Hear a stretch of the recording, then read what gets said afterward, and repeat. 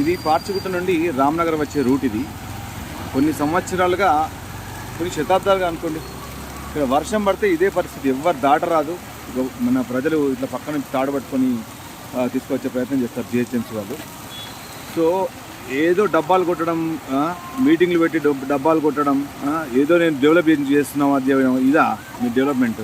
చూడండి ఎంత దరిద్రంగా ఉన్నది ఇక్కడ. ఒకసారి చూడండి, ఇది ప్రజలకు మీరు చేసే సేవనా ఇది? ప్రభుత్వాలు మారినా మీరు మాత్రం మారదు. ఎంత దరిద్రంగా ఉన్నది చూడండి. ఇది ఈ ఏరియా నుంచి రావడం ఎంత కష్టంగా ఉన్నది చూడండి. దీంట్లో ఒకవేళ పడిపోతే వాళ్ళ లైఫ్కే థ్రెట్ ఇది. చూడండి